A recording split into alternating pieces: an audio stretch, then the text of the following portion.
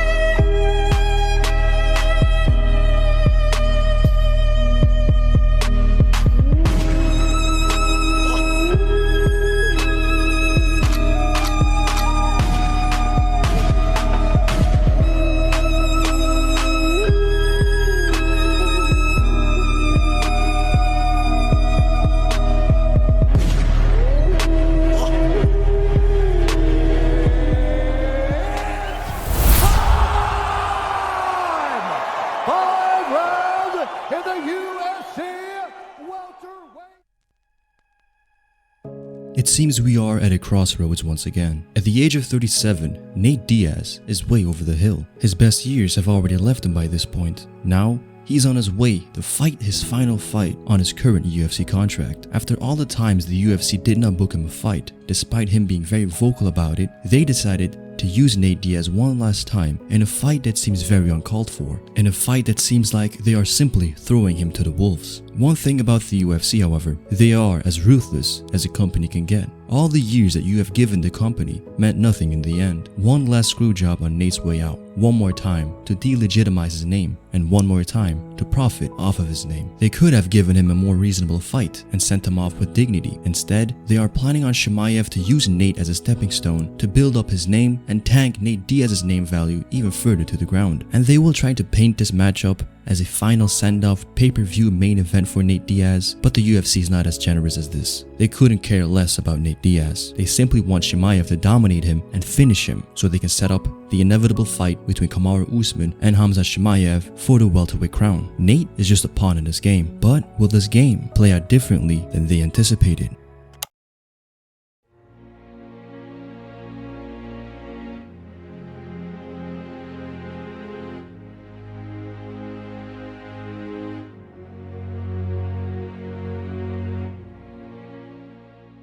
A fighter's journey is often preordained from the very beginning. Growing up in harsh environments and tough circumstances, these conditions have molded these men into the fighters they end up becoming. For Nathan Diaz, life wasn't quite a bed full of roses. He'd be waiting for his mother to get off work at motels alongside his older brother Nick and his sister, to which Nate once said, "We were pissed off kids," but she'd say, "No, people are good." But growing up, Nick was older. He knew everything was bad. He knew other people weren't like this. We'd be sitting in the motel waiting for my mom to get off work. My sister and I didn't know any better. As long as cartoons were on, we were fine. But Nick, he knew. People would always mess with Nick. He's always been like that. His older brother Nick knew how hard their lives actually were. He was the oldest and he was aware of everything. Nick once said, "You don't know if you're going to get shot or stabbed or jumped at school, because that's what happens to everybody else. It's not like, oh, I'm paranoid or something. I'm not paranoid. I'm not stupid. That's why I win these fights now, because I'm not stupid." It's just like now, before fights, you get a little pumped up and you feel like that when you're going to school. And how do you think you look? You're sitting there waiting to fight, and then they just put these cameras on me when I'm sitting here ready to fight, and then I'm back in high school.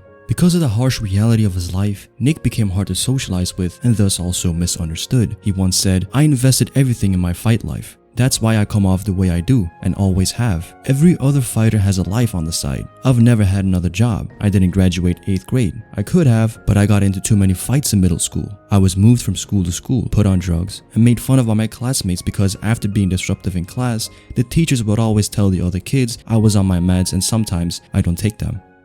Then something truly tragic took place in Nick Diaz's life. His girlfriend at the time had committed suicide. This is what he said. "Before I ever had my first pro fight, July 5th, 2000, Bart had a party at his house. The night before, Stephanie had told me she loved me. After the party, I was gonna go back to her house with her brother. He was my best friend, but some friends weren't doing well and headed to my house, so I had to go. An hour later, I got a call from her mom saying, "Are you with Stephanie?" She came straight to my house to get me, took me up and down the frontage road on Highway 99 by my grandma's house next to their trailer park. There was a wreck on the freeway. I jumped the fence and saw only one car and ambulances. She had walked and killed herself on the freeway. The girl I love more than anything had tried to kill herself for the third time and succeeded. She was going to go to college. She was an avid student and was doing everything I couldn't, all while living in a trailer park where everyone was doing dope. Meanwhile, I focused my whole high school years, worried about what her and her friends would think if I lost a fight to her ex-boyfriend and football friends. I could never make attendance. I hung out with the wrong people. There was no way I was going to go to school. I had no money, no car. I would have driven there and stopped her, but after that, I was grown up.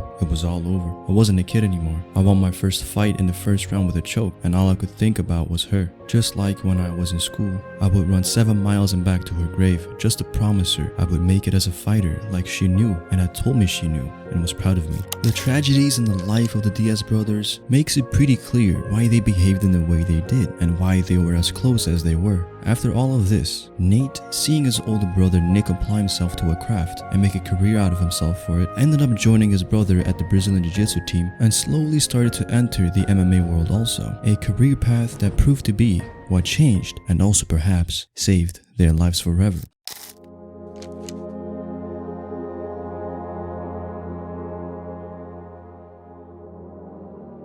Khamzat Chimaev, being born in a war-torn Chechnya, did not have an easy life either. Both fighters have seen their own fair share of the worst humanity can offer. Both applied themselves to combat sports. Both had their lives saved by the game. Perhaps their inevitable collision was always meant to be. We could call it destiny. But is it destiny for Nate Diaz to be this much of an underdog in this matchup? Or have you forgotten how deep Diaz's fire can really go? Does all the talent in the world make up for all the experience? Could experience shock the world one more time?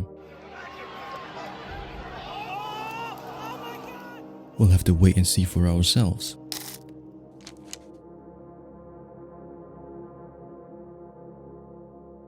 This fight on paper is immediately in favor of Chimaev. Having virtually every advantage there is, this will be a fight in which he will be a frontrunner in. And that takes away from him impressing the world if he wins. So how can he really impress the world? Well, he has to go in there and beat Nate Diaz down and finish him. Finishing Nate will be something that can set himself apart from all the losses Nate has had in his career. So far, the Chimaev train has been going ahead full steam. Even in a tough fight where he got bloodied up and dropped, the sheer excitement of that fight propelled him even further in hype. The audience got to admire the side we questioned. What if Chimaev got to be the nail? We know he can be the hammer, but how well can he receive it? And so when we found out that even in the hardest of times, he remained as fearless and as aggressive as he has always been, by that point, we knew that he was the real deal. It's of the biggest of importance that Diaz goes into this contest and figures out a way to not be another Chimaev victory. He already has a mindset and mentality of not being easily toyed with. He doesn't get punked, and that is already a tremendous start. All of Chimaev's opponents have always caved into his aggression and dominant physical language. Even Gilbert Burns before the fight couldn't immediately fight it off since he was a nice guy, and thus Chimaev was able to kind of walk over him during the press conferences, and then at some point you could see in the eyes of Gilbert Burns that kind of pissed him off, and he stopped trying to be nice and he tried to fight fire with fire, but he couldn't go all the way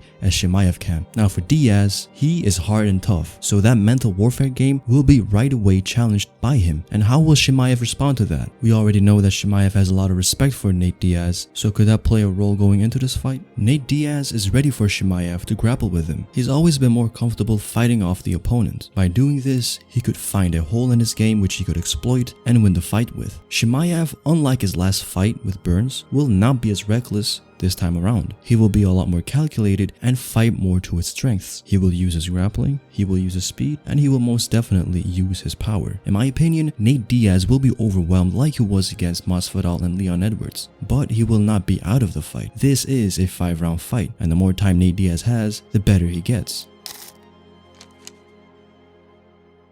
In the end, we have been nearing the end of the best era the UFC has ever seen. From 2015 till 2022, the fighters we've been growing up with are starting to grow old and start to retire. The new crop of fighters are slowly finding their way into the top of their divisions, and the older ones are being left behind. Diaz right now is 37 years old. He might have a few boxing fights after he's done with the UFC, but this is just another career we are seeing come to an end right in front of our eyes, and we're not really aware of it at all. So let us all really appreciate the legendary run of Nate Diaz. We would all love for our favorite fighters to go out on top, but that rarely is even a thing. The game leaves a sour taste in our mouths and is even more unforgiving than we realize towards these older fighters. It truly can become a heartbreaking game. Perhaps we can always hope for a nice send-off without any real permanent damage for Diaz, but that might just be all that we can do.